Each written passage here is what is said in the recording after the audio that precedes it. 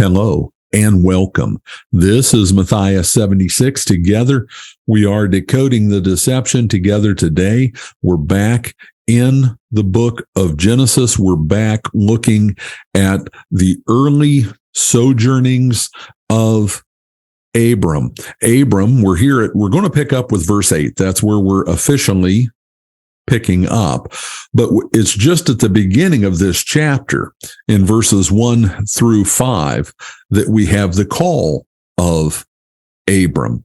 So we need to keep in mind that the Lord is dealing with Abram. First of all, he promised to bless him. He promised to bless him no matter what, because it was through Abram that all peoples throughout the world, you and I, and countless billions others, would be blessed. All the nations would be blessed.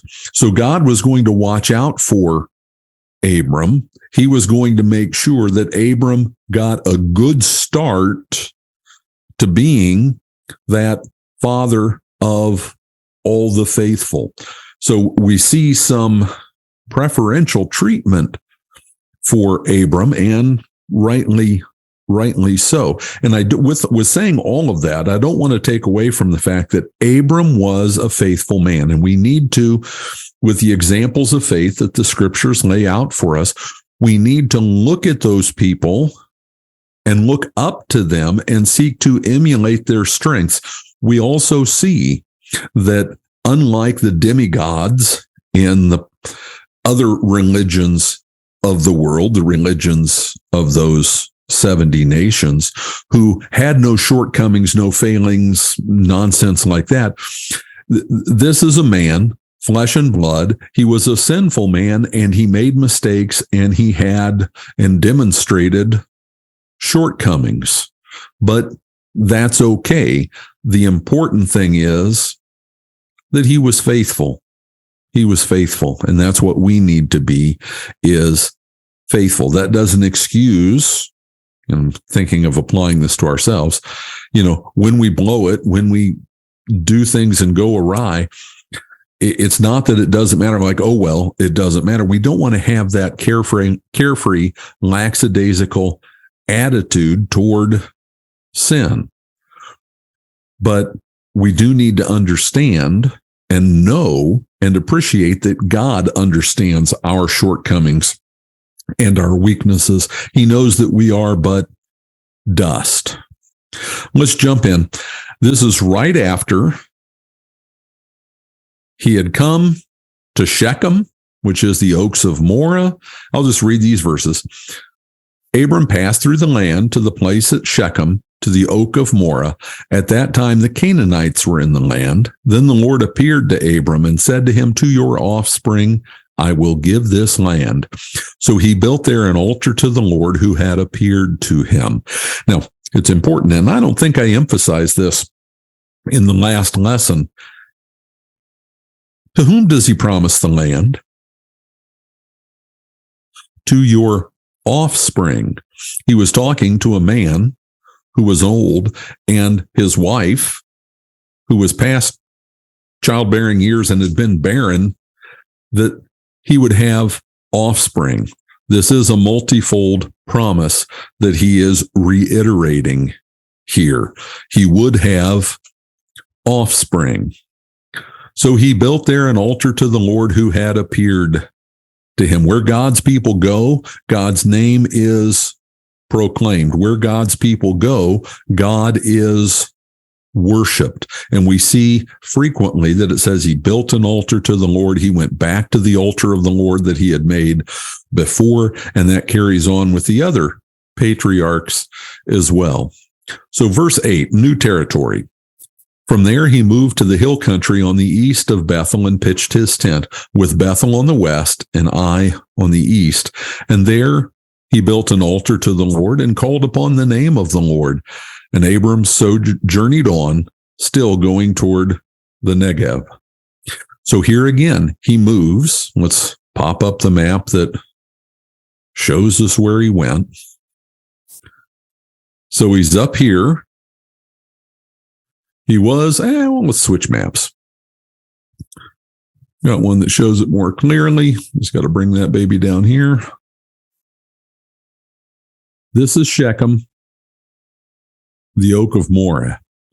And he's coming down here and camping here with Bethel on the west and Ai on the east. This is where he is. This is where Jerusalem will be. It's now presently called Salem. There's the Dead Sea, just kind of geographical reference for us. That's where he is. And he gets there. And what does he do? He built an altar again, and he called upon the name of the Lord again. And it doesn't tell us exactly what was going on here. What does it mean that he called upon the name of the Lord? And you can read a lot of different commentators on this and theologians, and they'll have different ideas about the specifics of that, but it's just ideas. We don't know exactly what all this entailed, but again, it was his life of faith. Was he making sacrifices? That's what you do on an altar. Was he praying? That's part of the life of worship. That is what is going on with Abram, this man of faith. And then he journeyed on, still going toward the Negev. Journeying, he moves on. He goes from here, he goes to there. Why doesn't the guy settle down? Well, he doesn't settle down because he does not have a home. He does not have any land. All of this is going to be promised to him, but he doesn't own any of it. And so situations would dictate whether it's availability of pasture for the animals, water, which is frequently a problem in this region and is going to become a problem very soon. Those were all issues. So he continues on toward the Negev, and that's down here, and that's just a geographical term, but it is also just a term for desert wilderness. Okay. He was heading down toward the Negev, and we're going to be told in just a minute that there was a famine in the land. So it could be that scarcity of water and resources was leading him to move about. And if you're the one who's just moving about and there are established peoples there who have fortified cities, you're the one who's going to move on when things get scarce. They're going to look at you and say, hey, buddy, tell your story walking, get moving out of here. We don't want you around. So all of that is just part of the life of being a sojourner. Sojourn, you move from here, you move to there, you move from here, you move to there. I've got a question for you. Where are you going to live in 2 weeks? Where are you going to live in 6 months? Where did you live 6 months ago? Now, I know some of you may have moved or may be planning on moving, but if you're moving, it's almost certain that you're going to move to a place where you will have a legal contract that says you can stay there. It's either your property, you and the bank, or you have a lease on that property. Think about, and I'm going through this for a reason. Think about a life where you don't have any of that. You've got material possessions, you've got servants, you've got animals, but you own no land. You're having to go from here to there, and there is no end of that in sight. Abram was going to live his entire existence in that way. Isaac lived his entire existence in that way, as would also Jacob. It would make you think about things differently. It would bring different, let's use a modern term. It would bring different stressors into your life. And we all know the anxiety of, I've got to move. I've been relocated by my company to a new city. I've got all that stuff to deal with. I've got to find a house. Those are stressors you don't usually have to deal with. Abraham lived with them every single moment of his life. The people who were there could come along and say, hey, you got to go. We don't want you here. Go. And you would have to go. You'd have no way to defend yourself. They had fortified cities, walls, etc. You had nothing. They could come out against you and you would have to go. You were living as a visitor on their land. God always looked out for Abram. He always took care of him. He always protected him. But still, I can say that about me, about myself. Let's use good grammar. I can say that about myself. God's always taken care of me. He always has. He has promised that he always will. Are there times that the circumstances that I see get bigger and bigger and bigger in my eyes, and I focus on those and I take my eyes off the Lord and I'm looking at the circumstances and I act in ways that I later regret, that are not honoring and showing faith and trust in my God? Yes, it happens. It happens all too frequently. So all of that goes to say this. Let us look upon the patriarchs and some of the things that they do that we go, wow, how could he ever do that? How could he say that? And we're coming right up on it. Let's look at it with some grace and understand that I'm going to look at others with the understanding of a fellow sinner, a fellow person beset with weakness in this mortal flesh in which we exist, until finally we're taken and have a glorified body and are there in heaven where there is no more sojourning. And we should think of ourselves as sojourners here, where there is no more sojourning and we have an abiding home that lasts for all eternity. And we're there at the Lord's side around his rainbow circled throne. So let's look with grace upon the foibles of the faithful. So he'd gone down toward the Negev. He's heading south. Now there was a famine in the land. So Abram went down to Egypt to sojourn there, for the famine was severe in the land. Have you ever been through a famine? Have you ever been through a famine when there wasn't a Publix or a Kroger or a Albertsons or whatever else to go up the street and go to? I haven't. And this guy didn't plant crops. He sojourned. He had to find pasture and water for his animals and for his people. When he saw he was about to enter Egypt, he said to Sarai, his wife, I know that you are a woman, beautiful in appearance, and when the Egyptians see you, they will say, this is his wife. Then they will kill me, but they will let you live. Say you are my sister, that it may go well with me because of you, and that my life may be spared for your sake. When Abram entered Egypt, the Egyptians saw that the woman was very beautiful. And when the princes of Pharaoh saw her, they praised her to Pharaoh. And the woman was taken into Pharaoh's house. And for her sake, he dealt well with Abram. And he had sheep and oxen, male donkeys, male servants, female donkeys, and camels. Not a shining moment. Okay. Now we've got this thing that she is his half sister. Okay. So it's a stretch to say that she's his sister, but, and I'm not trying to excuse this. What he did, absolutely dead wrong. What should he have done? He should have trusted that God was going to take care of him, that God would keep his promises, and that God would take care of him. Have you ever doubted that God would take care of you and tried to take things into your own hands? Yes, everybody's hand out there, whoever's listening, whenever you're listening, those hands went up if we were doing that, like in class and school. Yes, we have all done it. And I cannot imagine, I have never been in a situation in my life where I am in something that is at all analogous to what Abram is going through here.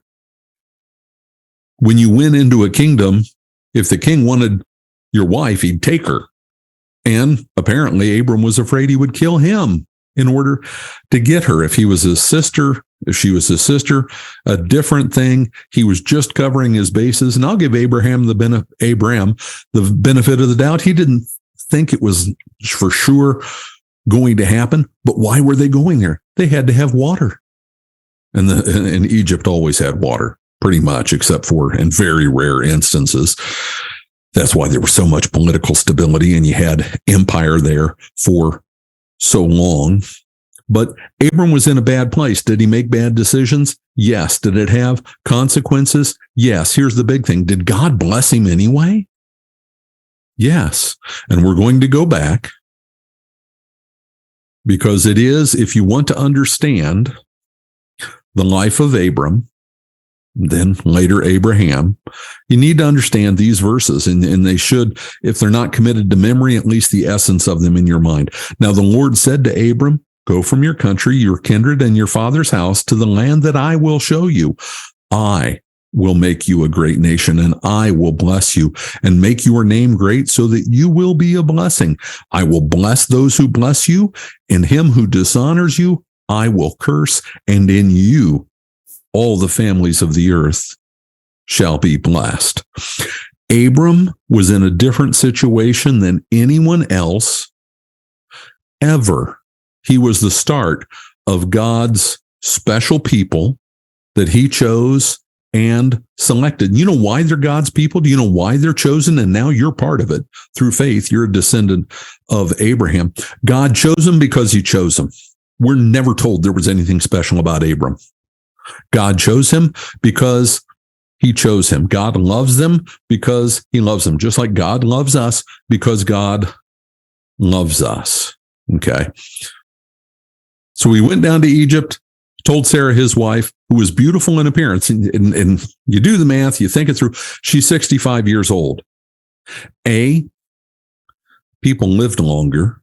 We're still in a time where people lived longer. Abram was going to live to be 175. They lived longer than they do today. But no matter what, Sarai must have been a very beautiful woman.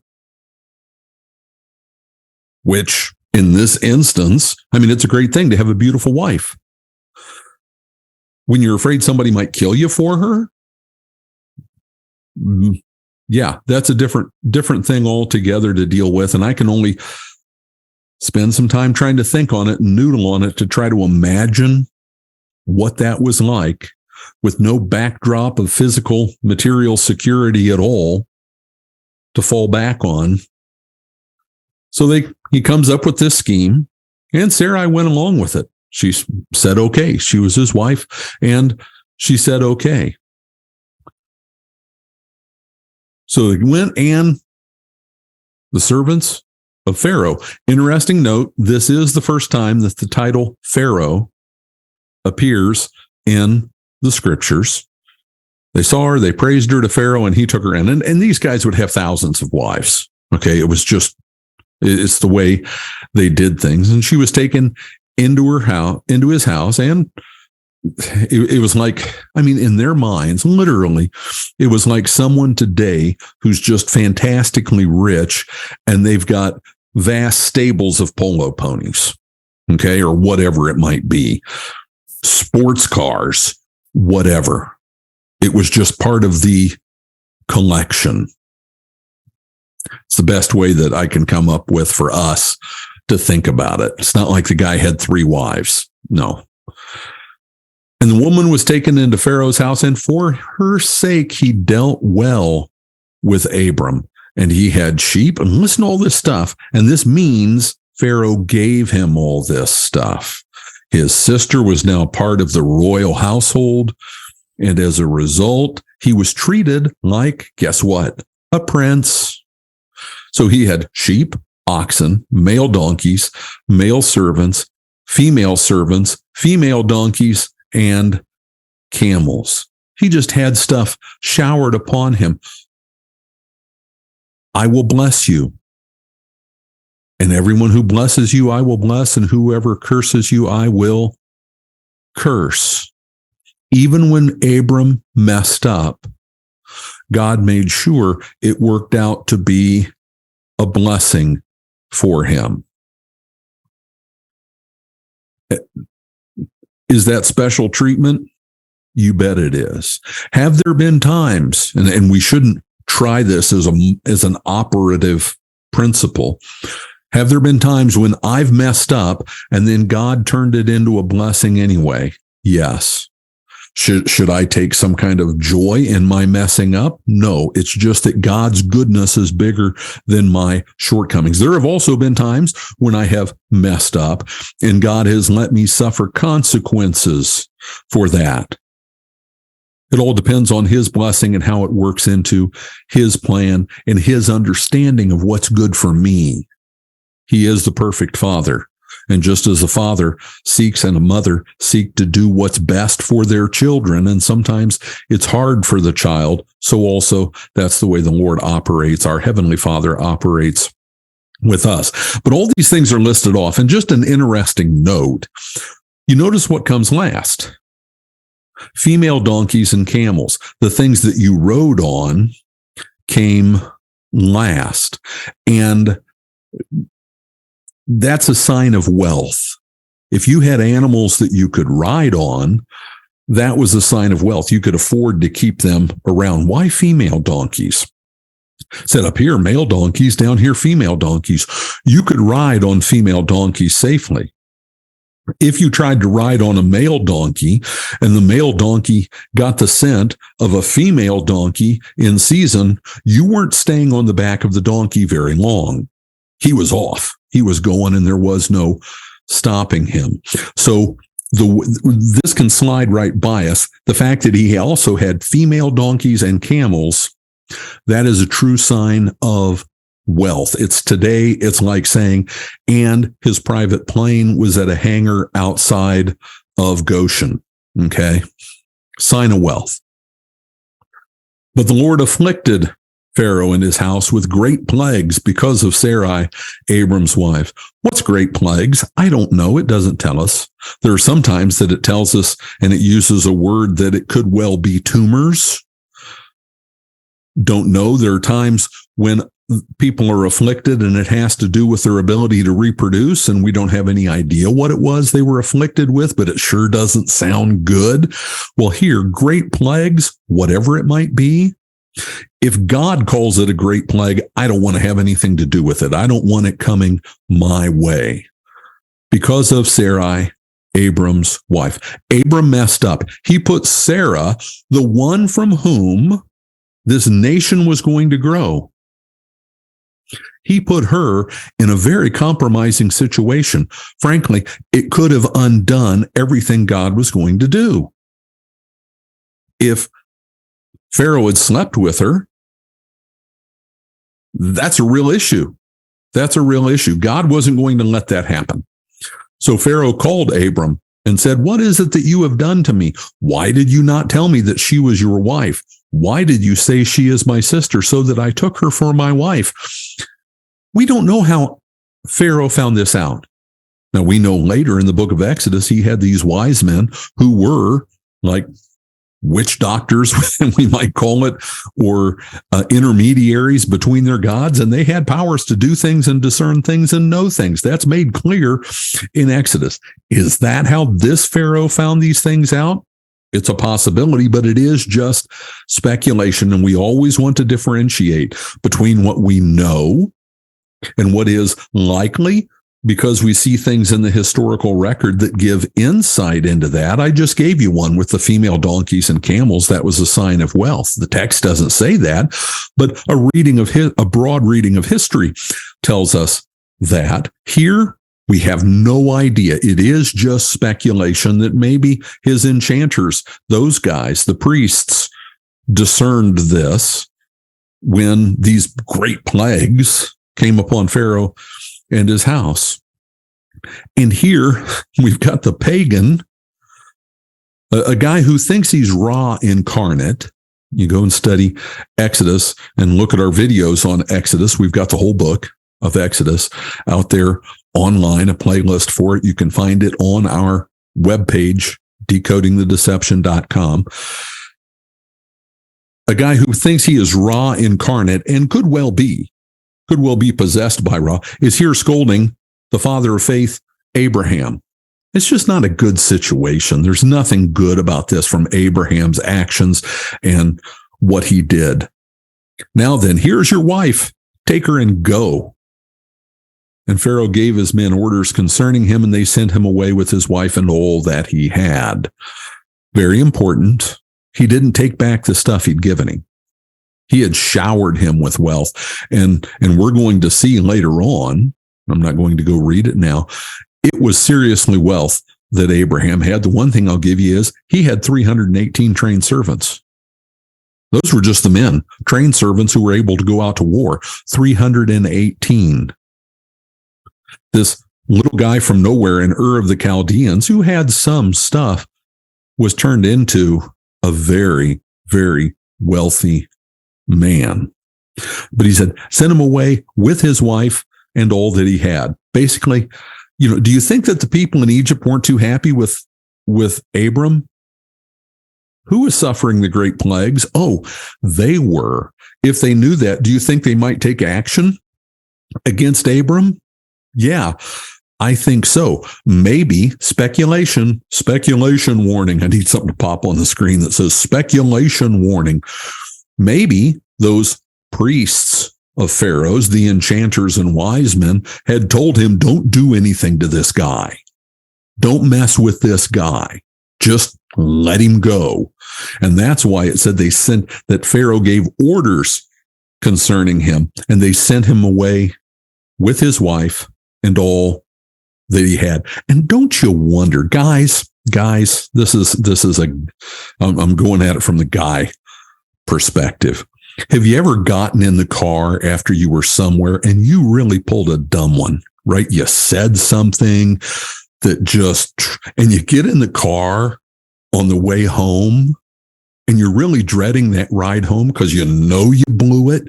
You're really messed up, and she's seriously unhappy, and rightly so, and you have no defense. Can you imagine what that camel ride out of Egypt was like for Abram? She got taken into a harem. Yeah, I don't think that the scolding from Pharaoh was the only scolding that Abram got. And that's purely speculation, but hey, life experience says that wasn't a fun day. That wasn't a fun time. Okay. We continue on now. Interesting. We're going to now talk about Abram and Lot.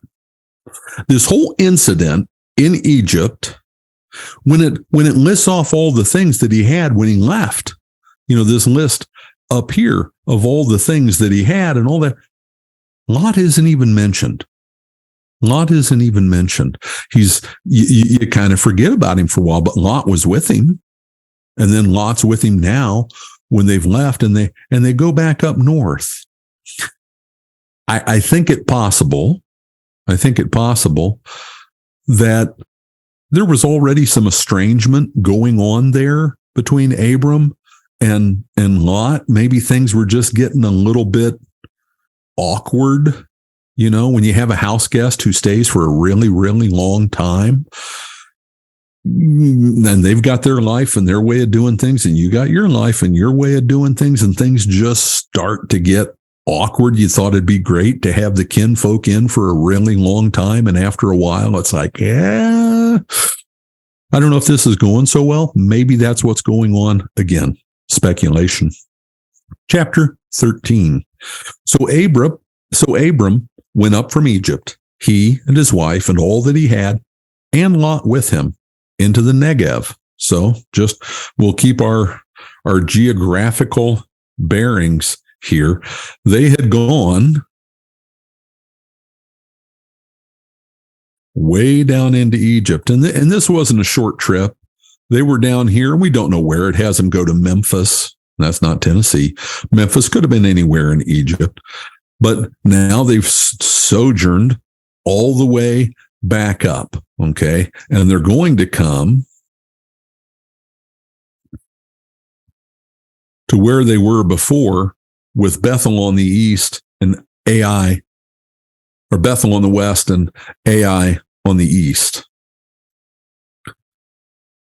Now listen to this. Referred to this before. Now Abram was very rich in livestock, in silver, and in gold. Now it goes into even more later with the number of trained servants. We'll come back to that. And he journeyed on from the Negev as far as Bethel, to the place where his tent had been at the beginning, between Bethel and Ai, to the place where he had made an altar at the first. And there Abram called upon the name of the Lord, faithfulness again. And Lot, who went with Abram, also had flocks and herds and tents, so that the land could not support both of them, and dwelling together, for their possessions were so great that they could not dwell together. And there was strife between the herdsmen of Abram's livestock and the herdsmen of Lot's livestock. At that time, the Canaanites and the Perizzites were dwelling in the land. Something very significant here. And right now, interesting, it's mid-March as we record this. So if you're listening to this a year hence, mid-March 2023, that we're recording this, if you're listening to it from a year from now, it'd be interesting to see what your perspective is on what we're going to talk about here, or many years hence. Don't know. Hopefully this gets to stay up on the internet for a long time and they don't yank down all Christian teaching. And by the way, just a side note, it's why I have a website. The day could come that BitChute's gone. They can pull the plug on BitChute. They tried through financing stuff with the banks to shut them down. The day could come where all the places where you can put this just Bible teaching content, and that's all I do anymore. I'm not really doing the talking about the things in the world and what people categorize as conspiracy, which means equal truth in reality. That's not even what I'm doing anymore. I'm just teaching the Bible. But the last strike I got on YouTube was from a Bible teaching on the gates of hell not prevailing against the church. That's what I got my second strike for on YouTube. That's why I was gone for 2 weeks. They can take us down anytime. I have a website so that if worse comes to worse, people can go there to find these teachings. So just make a note of it, decodingthedeception.com. Now, might they shut that down too? Yeah, possibility. At which point, I guess it's kind of been a life aspiration to be that guy preaching in the Walmart parking lot. And maybe then that will be me. But Abram was very rich in livestock, in silver, and in gold.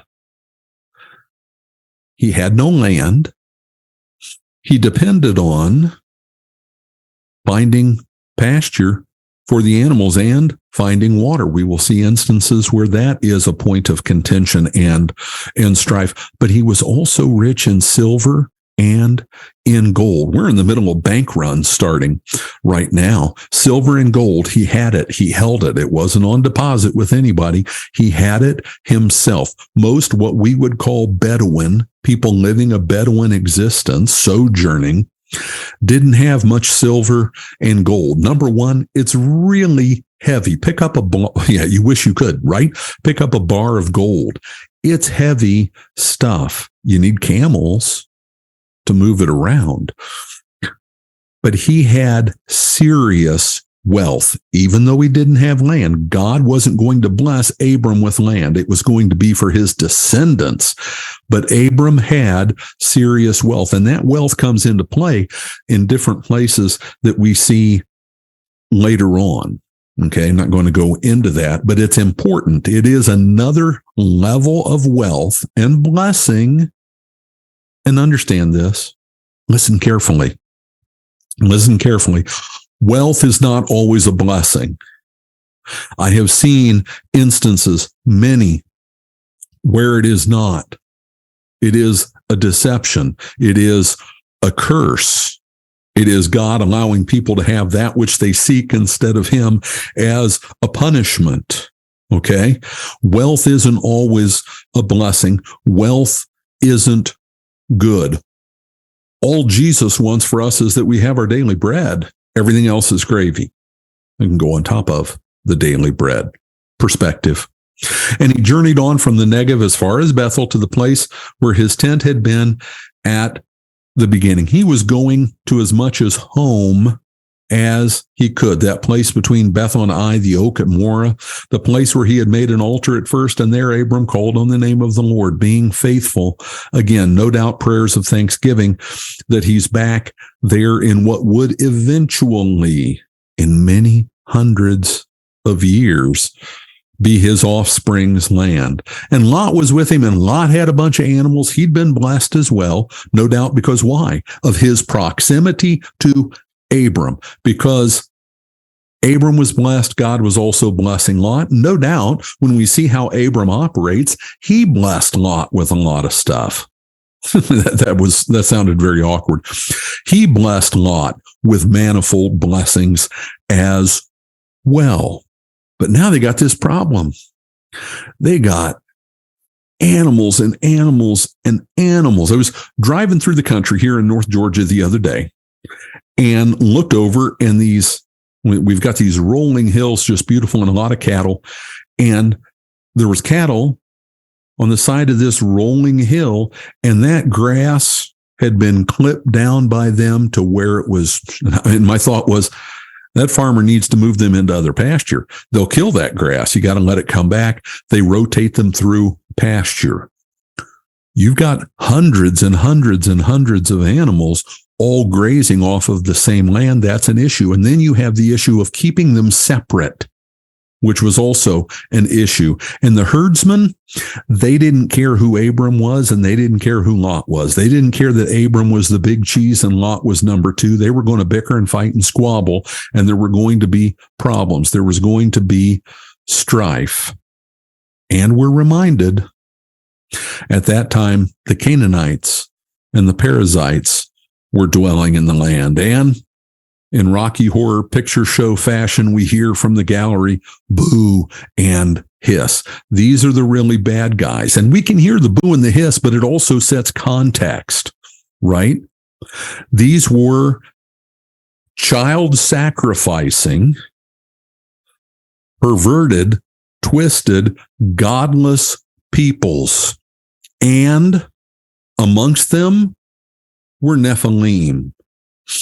Every time it's somebody with an "ite" at the end, or a "zim," it's Nephilim amongst them. Do you think that added some tension to being there? Do you think you could count on them to be nice to you? It was a level of tension. Here we're going to see, in what comes next, that Abram is just a really good guy. Then Abram said to Lot, "Let there be no strife between you and me, and between your herdsmen and my herdsmen, for we are kinsmen. Is not the whole land before you? Separate yourself from me. If you take the left hand, then I will go to the right, or if you take the right hand, then I will go to the left." And Lot lifted up his eyes and saw that the Jordan Valley was well watered everywhere, like the garden of the Lord, like the land of Egypt in the direction of Zoar. This was before the Lord destroyed Sodom and Gomorrah. So Lot chose for himself all the Jordan Valley, and Lot journeyed east. Thus they separated from each other. Abram settled in the land of Canaan, while Lot settled among the cities of the valley and moved his tent as far as Sodom. Then the men of Sodom and Gomorrah, now the men of Sodom and Gomorrah were wicked, great sinners against the Lord. So this is kind of a sad episode here. Abram, because he's good and just a sweet old guy, says, "Hey, let's not fight. You pick where you want to go." Now, by rights, and especially in their culture and society, this was odd that Abram let Lot choose. That's not the way things were done. I'm uncle. I tell you, you go that way. I'm staying here, or I'll go over there and you stay here. That would have been the norm, and no one would have thought anything odd about it. No one. It would have been perfectly acceptable. But Abram is a good guy, and he lets Lot choose. And what does Lot do? Lot, who was blessed because of whom, who no doubt had been blessed directly by Abram, he picked the best for himself. He looked over there at the green valley and said, whoa, valley, river, water. I'll take that. You can stay here. It doesn't speak well of Lot, okay? And then we look at, let's get the map up here. You look at this here, he heads over this way, and he should have stayed here. He should have stayed here, but he doesn't. He goes down to Sodom and Gomorrah. It's not going to end well for Lot. We see something of Lot's character in him choosing the better for himself, and it doesn't play out well for him. But it says that's like a progression. He moved on down to the cities of the plain there, Sodom and Gomorrah. He took the best for himself. Abram was a nice guy, and he took the good stuff for himself. And I believe what the text tells us next makes this supposition of mine likely. It was kind of a hard knock for Abraham. He was nice to Lot, and Lot took the better part for himself. And Abram knew it. All you have to do is look at the topography, geography, the water, everything else. He was kind of down. And with everything else he'd been through, he was probably kind of down. And there is this pattern that we see in the book of Genesis, that the Lord, when the patriarch is down, when they've been through a lot, he comes and comforts him. He comes and he's going to reassure him that the promise is still in full force. Nothing has changed that. The material circumstances can't impact the spiritual blessing. The Lord said to Abram, after Lot had separated from him, you notice that that's the time hook that's put on it. Supports my supposition. Lift up your eyes and look from the place where you are, northward and southward and eastward and westward. For all the land you see, I will give to you and to your offspring forever. I will make your offspring as the dust of the earth, so that if one can count the dust on the earth, your offspring also can be counted. Arise, walk through the length and the breadth of the land, for I will give it to you. So Abram moved his tent and came and settled by the oaks of Mamre, which are at Hebron, and there, again, he built an altar to the Lord. Lot had chosen what was better. He took it for himself, but the Lord said it doesn't matter. Don't focus on what your eyes see. Focus on the promise that I have made. And now, the other thing we see as the Lord comes again and again and again with these reassurances, with these promises, it gets more and more specific. Now he has said, look in all directions, 4 points of the compass, as far as you can see, it is all going to be yours. And if memory serves, where he was on a high place. He could see really far. On a clear day in that environment, you can see very, very far. It's all going to be for your offspring. I will give to you and your offspring forever. And then, not just that you'll have offspring, but I'm going to make them like the dust of the earth. You and I are individual little specks of that dust of the earth. And I don't say that to make it seem that we are inconsequential, because to the Lord God, we are not. We are his dear children. But this blessing that he utters here reaches out and still connects with you today. It is the reason you enjoy the spiritual blessings, salvation, faith, peace, hope, the eager expectation for the eternity that awaits you. This is the reason God did it through Abram. He is your father in the faith. And that's just really cool. And how does Abram respond to this assurance of divine blessing? He responds with worship. He went to the oaks at Mamre, and remember, in their view of things, oaks were a place where God dispensed knowledge. Oaks were a place that were considered, trees in general, big trees, were places that were considered special. It's just the way they thought of things. Again, where do gods live? They live on mountains, in gardens, because that's a good place to live. Living by trees, that's a good place to live. If you're by trees, there's water. If you're by trees, there's something else very important: shade. Okay. Those things they connected with being holy places. So we're going to stop there. Next time, Lot's decision and his continuing decision to move south down towards Sodom and Gomorrah, it's going to cause issues, and the Lord is going to ride to the rescue. No, we're not there yet. Wait a minute. I jumped ahead of myself. I saw Abram. Let's do that. We'll do that part again since I get to edit. Next time, we're going to see that in spite of the differences between them and Lot's choices, Abram's going to go rescue him.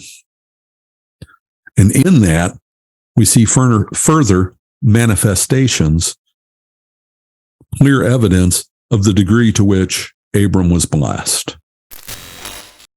I'm going to ask you today to do yourself a favor. Come out here to Behind the Scenes video. The link is in the description below, and it's on the screen right now. Come out here to Behind the Scenes video and come here to our photo services page, which is popping up on the screen right now. We do photo scanning. You can send us those boxes of photos, take them out of the albums, box them up, send them to us. It's easy to do. We've got a simple process for that. You send us those photos, we scan them and return them to you as both digital and your original print photos. And here's the thing. We only charge 25 cents per photo for that service. Your photos have been left behind in this digital age. Bring them current. Make it possible to share them with everyone in your family. And here's something even better. We're going to give you, because you listen to Decoding the Deception, 20% off. Just enter the coupon code DECODING20 and you'll get 20% off. So come out here, check this out. It's a way to support this work. And as I said, do yourself a favor.